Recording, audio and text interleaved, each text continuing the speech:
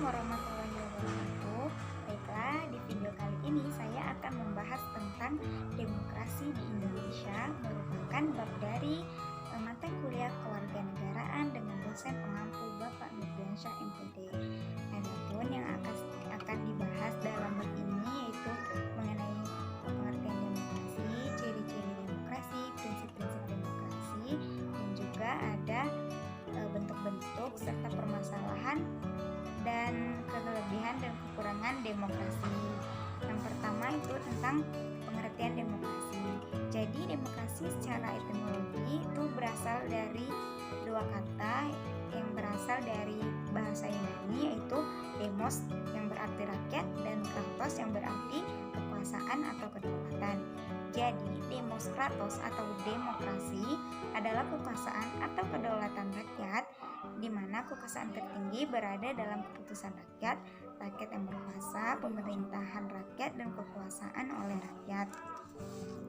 Selanjutnya itu ada pengertian demokrasi menurut beberapa para ahli. Yang pertama itu ada menurut Harris Sauch, itu demokrasi merupakan suatu bentuk pemerintahan rakyat. Artinya, rakyat atau orang banyak merupakan pemegang kekuasaan dalam pemerintahan. Mereka memiliki hak untuk mempertahankan serta melindungi diri mereka dari adanya paksaan dari wakil-wakil mereka, yaitu orang atau badan-badan yang diserahi wewenang untuk memerintah. Ada yang kedua itu menurut Sidney Hook. Jadi demokrasi itu merupakan suatu bentuk pemerintahan di mana keputusan-keputusan penting pemerintahan baik secara langsung maupun tidak langsung berdasarkan pada kesepakatan mayoritas yang diberikan rakyat yang telah berusia secara dewasa secara bebas. Yang selanjutnya itu demokrasi menurut Abraham Lincoln. Jadi demokrasi itu merupakan suatu sistem pemerintahan yang diselenggarakan dari rakyat, oleh rakyat, dan untuk rakyat. Yang selanjutnya itu ada menurut Sumarno, AP, dan Yeni R. Lukiswara. Jadi demokrasi itu berasal dari kata demos yang berarti rakyat dan kratos atau stratein yang berarti pemerintahan. Jadi demokrasi itu dapat diartikan sebagai pemerintahan oleh rakyat. Selanjutnya itu kita akan membahas tentang sejarah perkembangan demokrasi di Indonesia, di mana demokrasi di Indonesia ini dibagi dalam 5 periode. Periode yang pertama yaitu periode 1945 sampai 1949 dengan sistem demokrasi Pancasila, dan di periode ini sistem pemerintahan demokrasi Pancasila seperti yang diamanatkan Undang-Undang 1945 itu belum sepenuhnya terlaksana karena di mana pada saat itu negara itu dalam keadaan darurat dan dalam rangka mempertahankan kemerdekaan.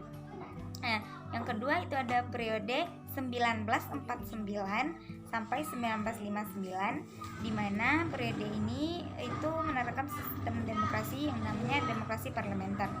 Di periode ini sangat menonjolkan peranan parlemen dan juga partai politik. Yang ketiga itu ada periode 1959 sampai 1965 dengan sistem demokrasi terpimpin. Jadi sistem demokrasi terpimpin itu merupakan sistem demokrasi yang menyimpang dari konstitusional, dan periode ini juga disebut dengan periode Orde Lama. Yang keempat itu ada namanya periode 1965 sampai periode 1998 dengan sistem demokrasi Pancasila Orde Baru. Demokrasi Pancasila Orde Baru yang merupakan demokrasi konstitusional yang menonjolkan sistem presidensial.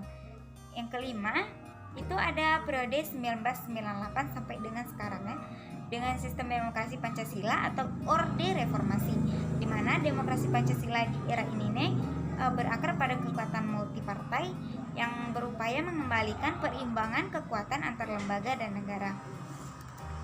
Nah, selanjutnya kita akan bahas tentang ciri-ciri dari demokrasi. Yang pertama yaitu rakyat memiliki hak untuk ikut campur dalam pemerintahan. Yang kedua, adanya undang-undang yang mengatur tentang pengaruh rakyat dan pemerintahan. Yang ketiga, rakyat memiliki perwakilan untuk menyampaikan suara, seperti adanya perwakilan DPR yang dipilih melalui pemilu oleh rakyat sendiri. Yang keempat itu adanya sistem kepartaian. Yang kelima dihargainya hak asasi manusia. Nah, selanjutnya itu ada prinsip-prinsip demokrasi di Indonesia. Jadi, adapun prinsip-prinsip demokrasi di Indonesia yang sekarang itu adalah demokrasi Pancasila yang diutarakan oleh Ahmad Sanusi dengan 10 pilar menurut Undang-Undang Dasar 1945. Yang pertama yaitu demokrasi yang berketuhanan yang Maha Esa. Yang kedua ada demokrasi dengan kecerdasan. Yang ketiga ada demokrasi yang berkedaulatan rakyat. Yang keempat ada demokrasi dengan rule of law. Yang kelima ada demokrasi dengan pemisahan kekuasaan negara. Nah, yang keenam itu ada demokrasi dengan hak asasi manusia. Yang ketujuh ada demokrasi dengan pengadilan yang merdeka. Yang kedelapan ada demokrasi dengan otonomi daerah. Yang kesembilan ada demokrasi dengan kemakmuran.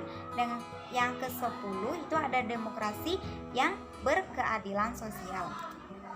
Nah, setelah mengetahui prinsip-prinsip demokrasi di Indonesia, mari kita lihat bagaimana sih bentuk-bentuk demokrasi di Indonesia itu.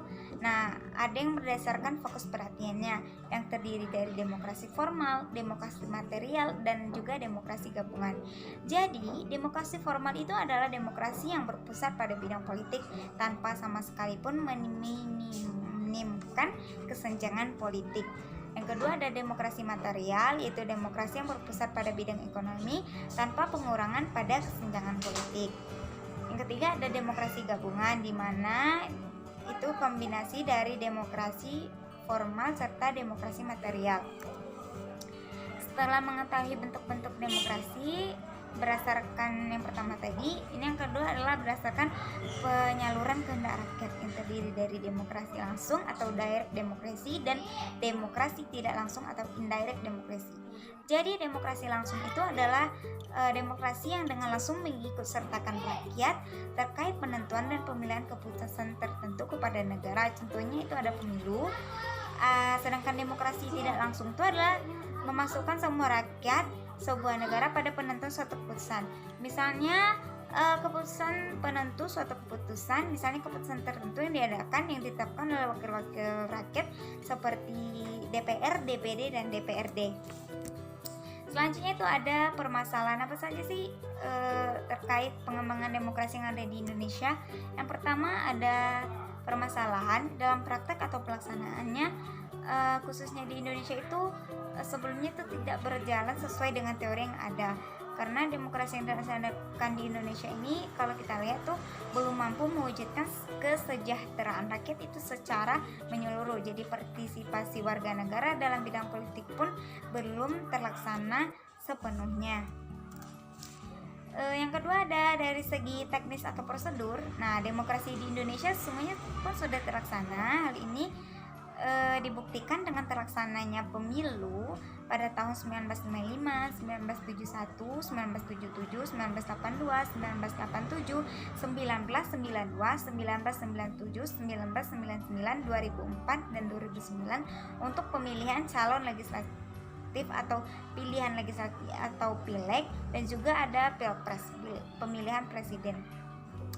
Bahkan pemilu Indonesia pada tahun 1999 itu mendapat apresiasi dari dunia internasional sebagai pemilu pertama di era reformasi yang telah berlangsung secara aman, tertib, jujur, adil, dan dipandang memenuhi standar demokrasi global dengan tingkat partisipasi politik ketika itu adalah 92,7%. Selanjutnya, apa saja sih kelebihan dari penerapan demokrasi di sebuah negara atau khususnya Indonesia? Jadi itu kelebihan dari demokrasi itu yang pertama dapat melindungi kepentingan rakyat. Jadi demokrasi merupakan sistem yang melindungi kepentingan rakyat. Nah, kekuasaan sesungguhnya itu terletak di tangan orang-orang yang mewakili rakyat banyak. Para wakil rakyat itu dipilih dan harus bertanggung jawab kepada rakyat yang memilihnya. Yang kedua, berdasarkan prinsip kesetaraan. Demokrasi didasarkan pada prinsip kesetaraan. Semua warga negara itu memiliki kedudukan yang sama di mata hukum. Yang ketiga, ada stabilitas dan tanggung jawab dalam pemerintahan. Yang keempat, sedikit peluang revolusi, dan yang selanjutnya itu pemerintahan tetap stabil karena dengan demokrasi didasarkan pada kehendak rakyat, sehingga penyelenggaraan negara tuh berjalan didasarkan atas dukungan rakyat. Oleh karena itu demokrasi dianggap lebih stabil daripada bentuk pemerintahan yang lainnya. Adapun kekurangan dari demokrasi sendiri, itu demokrasi menekankan pada kuantitas daripada kualitas. Yang kedua, pemilih tidak tertarik pada pemilu karena pemilih itu tidak selalu menunaikan hak pilihnya sebagaimana seharusnya. Umumnya ditemukan tingkat partisipasi pemilih hanya berada pada kisaran angka 50-60% saja. Dan yang ketiga, menurunkan standar moral. Karena bisa kita lihat ya, dalam pemilihan atau pelaksanaan pemilu, terkadang kandidat dalam pemilihan itu sering menggunakan yang namanya politik uang dan praktik bawah tangan lainnya agar terpilih. Jadi kekuatan bekerja bahu-membahu untuk memastikan kemenangan seseorang kandidat. Nah, dengan demikian moralitas adalah korban pertama dalam pemilu. Selanjutnya ada penyalahgunaan waktu dan dana publik. Demokrasi bisa terjerumus pada pemborosan waktu dan sumber daya, dan juga dibutuhkan banyak waktu dalam perumusan undang-undang. Nah, dan juga banyak uang yang dihabiskan dalam melaksanakan yang namanya pemilu. Nah, selanjutnya itu mudah goyahnya kepercayaan warga karena efek-efek yang bersifat negatif. Misalnya media yang tidak objektif atau subjektif terkait penyampaian informasi. Nah, demikianlah tentang pemaparan materi demokrasi di Indonesia. Semoga bermanfaat. Mohon maaf apabila ada kesalahan. Wassalamualaikum warahmatullahi wabarakatuh.